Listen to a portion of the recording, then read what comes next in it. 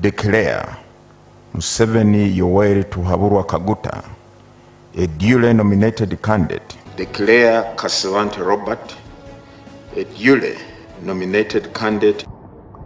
Declare Babirizi Joseph as a duly nominated candidate. Ebadde embeera ya Kayiisa Nnyonnyonnyo wali ku kakiiko k'ebyokulonda olunaku olwaleero lwe lubadde olunaku olusookera ddala okubeera nga banomineetinga oba nga basunsula butereevu abo bagenda kwesimba ku bwa pulezidenti mu Uganda, era nga abadde akiwomyemu omutwe si mulala ye Justice Simon Byabakama era nga abaddewo. Njagala okutegeeza nti olunaku olwaleero lumaze okuba nga lufundikira mukwano gwange era nga nkuleetedde lisiti y'abacandidates abasunsuddwa leero bonna.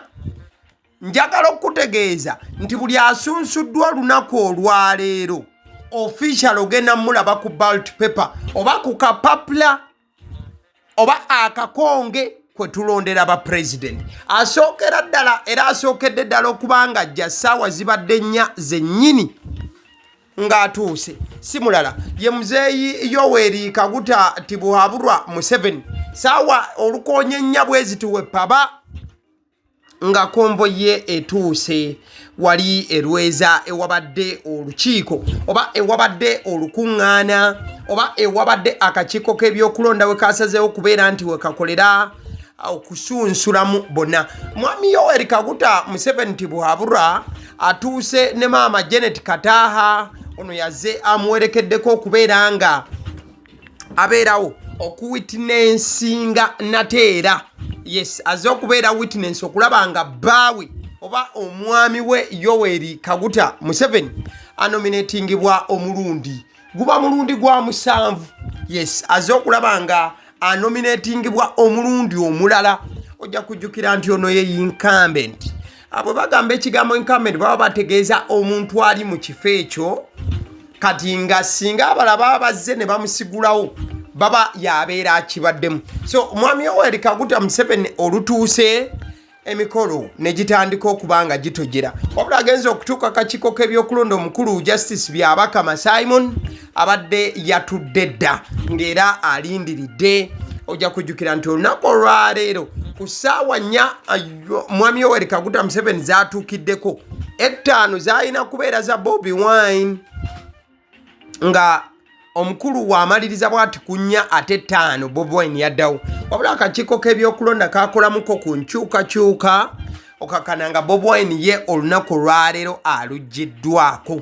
So mwami Yoweri Kaguta Museveni olubadde okutuuka katugende njagala nkutwaleko ewa Justice Simon Byabakama omukulaga enteekateeka yonna nga bw'ayanjudde n'okubeera nti in fact bakakasizza nti mwami Yoweri Kaguta Museveni empapula ze zonna zibadde kkiriya nnyo era ye tafunyeemu buzibu bwonna bw'atuuse. Buli ke babadde bakeberanga kali tik, buli ke babadde bakeberanga kali tik butiki. Ekitegeeza omukulu atwala akakiiko k'ebyokulonda tabadde na kusalawo wabula okubeera nga alangirira mu butongole nti President Yoweri Kaguta Museveni akyaliko ate era aweereddwa olukusa okwesimbawo nate. As stipulated in the Presidential Elections Act.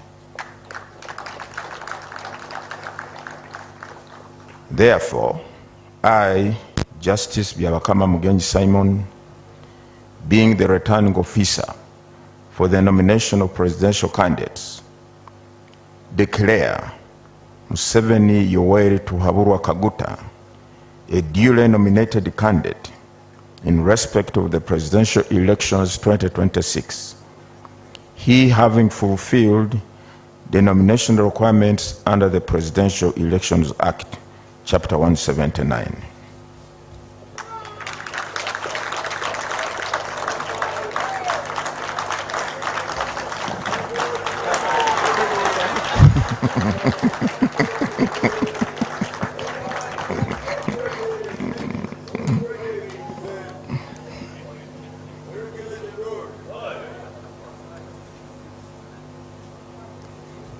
Justice Byabakama Mugenyi Simon olumaliriza okunominatinga President Yoweri Kaguta Museveni the incumbent, omukulu watwala akakiiko k'ebyokulonda wamu n'abali ku kakiiko ak'ebyokulonda basabye President Yoweri Kaguta Museveni oba the incumbent abawerekereko obakkirize okutambula nabo ne bamutwala mu kibangirizi we babadde bategekedde emmotoka ye ng'abalala we baba balina okubakola wadde President Museveni akyali mu buyinza naye abeera alina okuyisibwa mu process y'emu. So ekikoleddwa kyekyokubeera nti mwami Yoweri Kaguta Museveni bwabulwa aweereddwa emmotoka n'ambirira, era emmotoka eno bamuweereddeko n'abakuumi. Jjukira buli eyeesimbyewo lino libanga tteeka bwe bamala okunominatinga bakuwa emmotoka ya security. Wabula omukulu Simon Byabakama atwala akakiiko k'ebyokulonda bw'abadde nga agenda okuwa President Museveni emmotoka naye kennyini amwenyezzaamukko oba kimusesezza olw'ensonga nti gwabadde awo emmotoka azze ne konvoyi ya mmotoka ezisukka 30 ate akakiiko k'ebyokulonda bamugambuka bamuweeyemu eyo tuveeyo.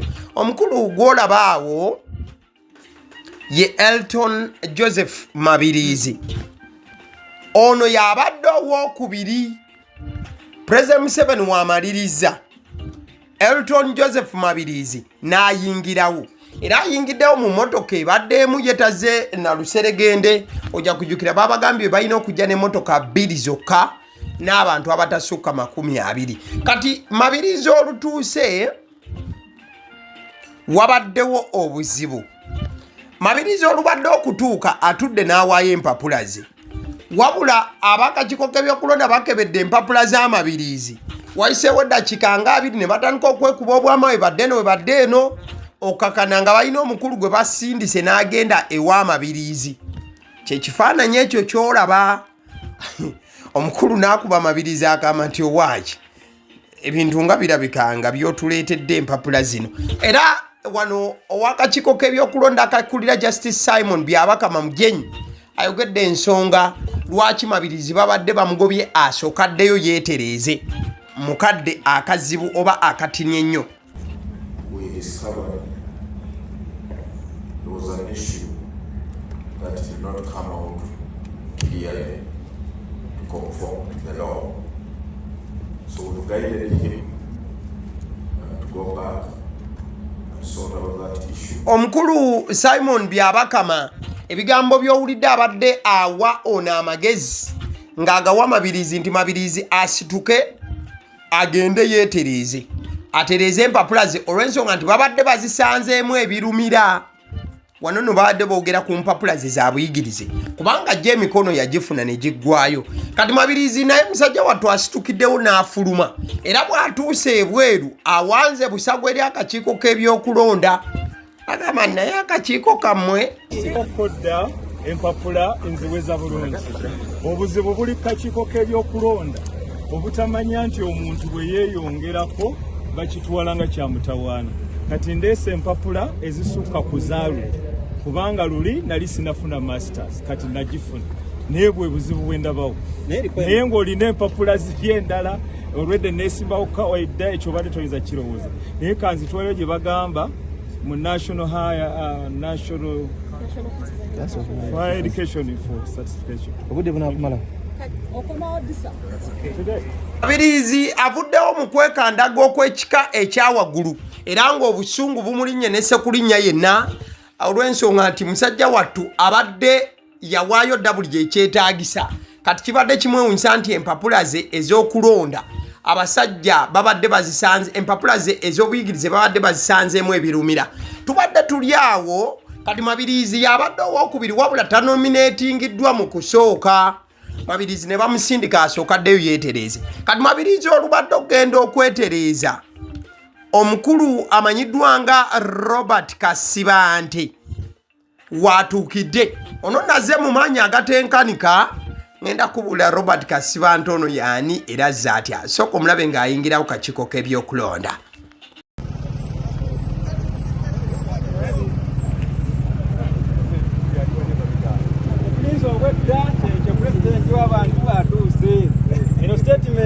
Sizeko kudabula mtufuneko kastole ke eri side.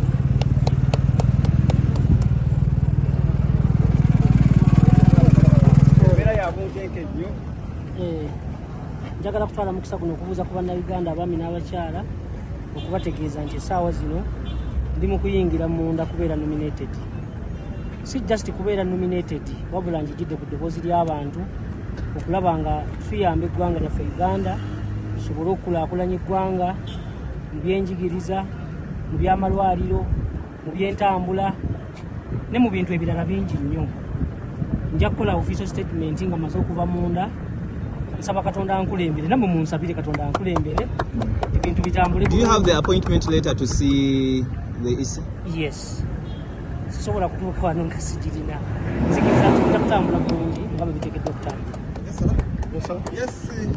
Has the matter of NPP? Yes. Open for the other vehicle first.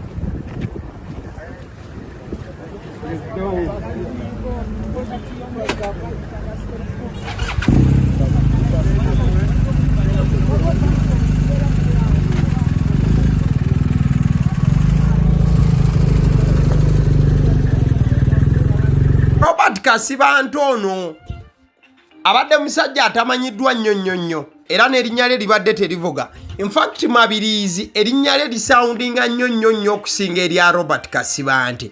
But Robert Kasiba Antono bwaze alaze nga ali very organized nnyo ekigenze ewala. Era tebalina kye basanze kirumira mu mpapula ze.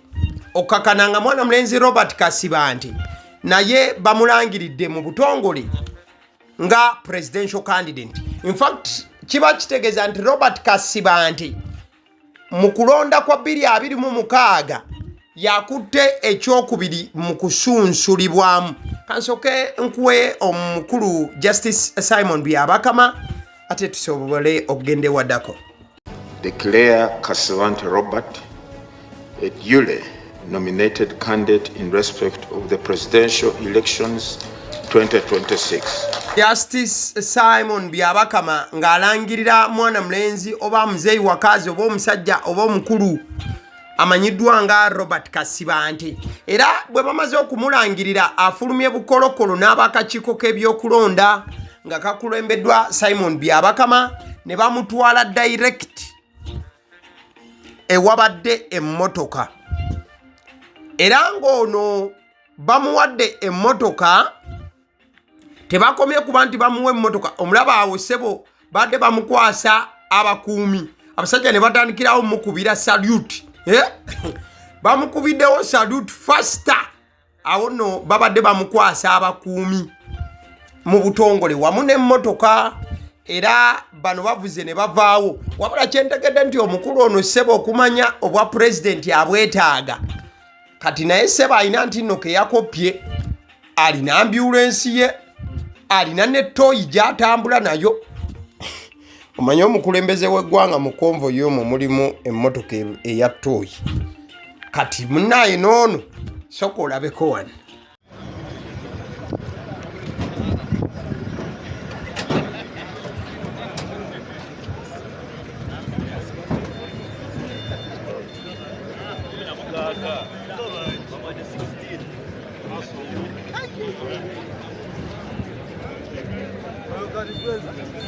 Ambulance ye. Ana na mobile toilet sebo yo muzibu nnyo. Na ambulance bayiye. Sikiwa. Oyo ye mukulu Robert Kasiba Ante alondeddwa mu butongole aweereddwa by the way ba bodyguard 16. Aweereddwa abasirikale 16. Kati yono presidential candidate owokubiri Asunsudde leero. Kati ne kiba nti mwami Museveni ye yasoose Robert Kasiba Ante yabadde owokubiri. In fact Robert Kasiba Ante ono wa kibiina ki NPPP. NPPP kye kibiina kya Stesha Mayanja. Ndowooza newe songera ku kigambo. Stesha Mayanja teyeesimbawo wabula ne bawa omukulu omulala. Kati tubadde tuli awo nga Mabirizi atuuse akomyewo. Mabirizi bw'akomyewo n'aleeta empapula ze. Abasajja bazzemu ne bazeekenneenya. Ng'ali wali ebbali amameeme gamukuba. era nga n'entegetege zimufamba wabula ku luno abasajja batutte obudde bungi nnyo okuba nti beekenneenya empapula ezibadde zikomezeddwawo mabiriizi. Jjukira badde atugambe nti babadde beemulugunya ku masters degree ye. Musajja muyivu nnyo ekigenze ewala kati n'agenda ku National Council of Higher Education n'ekakasa era n'akomyawo empapula ezo. Akikoledde mu ddakiika 3 zokka bwe ziti. Oba yafunye clearance ya poliisi misinde naye sipiidi gy'akozesezza okukomyawo empapula naffe tetugitegedde. So omusajja akomezaawo empapula n'addamu n'azikwasa akakiiko k'ebyokulonda ne kaddamu ne keekenneenya kanneemu kana 2 ng'atudde yeetegereza omukulu Justice Simon Byabakama nga bwe yeetegereza n'abakakiiko bonna abasigadde alaba oba omulundi guno abasajja bano banaamugaana. Era entaayi tesaze omukulu ne bamulangirira officially Mabirizi Elton Joseph Mabirizi mu butongole ye presidential candidate owokusatu olunaku olwaleero ate asembyeyo mu lunaku olusooka olwaleero kwe kumakinga namba ey'abasatu. Kansooke nkulage ng'alangirirwa mu butongole. Joseph Mabirizi, who returns to present to the Commission. Being the returning officer for the nomination of presidential candidates, declare Mabirizi Joseph as a duly nominated candidate in respect of the presidential elections 2026, he having fulfilled the nomination requirements under the Presidential Elections Act, Chapter 179. Mukulu Mabirizi naye alangiriddwa era asunsuddwa akakiiko k'ebyokulonda mu butongole olunaku olwaleero. So kitegeeza nti bwe bamaliriza osobola okubalabaawo nga bafuluma n'akulira akakiiko k'ebyokulonda. In fact ne Ken Lukyamzi bamaze ne bamukkiriza n'ayingira. Okusooka babadde bamugaanye kati wano babadde babatwala ewali emmotoka ey'okuweebwa ono wamu n'abasirikali abagenda omukuuma. Ono nno mu speech ye agambye Mwami Museveni nti yeeteeketeeke okuva mu buyinza mu bwangu era nti olumala okumuggyamu bw'ati we paba Mwami Museveni ebirowoozo byabadde nabyo ebyokuteekako mutabani we abiteeka ennyala oba bbali. To you, Mr. President, who is going to become my predecessor after the elections of 2026, let me make this known to you. It has been understood very well that you are trying to make your son, General MK, president after you, which could not be a problem or something bad, but it is not the will of Ugandans. So, byebyo nno olunaku olwaleero tufunye ba presidential candidate basatu era nga olwaleero lugaddwawo. Bali basatu abali confirmed. President Museveni bamuyisizaamu ali nominated. Omukulu Mabirizi oyo abadde wakusatu mu banominatingiddwa kuba yabadde wakubiri n'empapula n'ezisooka zimutaataaganako wabula naye anominatingiddwa mu butongole era n'aweebwa buli kimu ky'alina okuweebwa. Then owokusatu ye Robert Kasibante ono wa kibiina kya NPPP ekibiina kya Stesha Mayanja ono ye president waakyo era aweereddwa. So bali basatu abakonfamingiddwa leero. Enkya tusuubira abalala 2. So akalulu kano kandimaliriza nga kalimu abeesimbyewo 5. Wuliriza bulungi. Bobi Wine asuubirwa olunaku olw'enkya ng'ennaku z'omwezi 24 Septemba. Bobi Wine ajja kujja ssaawa 8 kakiiko k'ebyokulonda. asuubirwa okusookawo nga Bobi Wine tannajja. Bobi Wine wa NUP mukimanyi bulungi, National Unity Platform.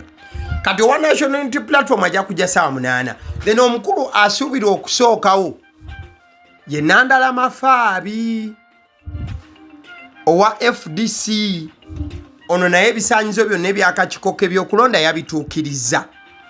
Leero nga 23 Septemba Basatu banominatingiddwa era kikakasiddwa ebitundu 10 ku kinne waakyo.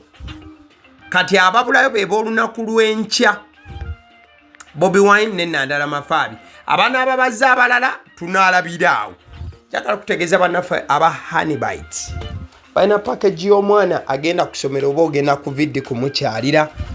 Balina donuts ennungi zirina chocolate n'ezitayina. Balina cupcakes. Balina daddies. Balina bagiya. Balina mawogola binyeebwa.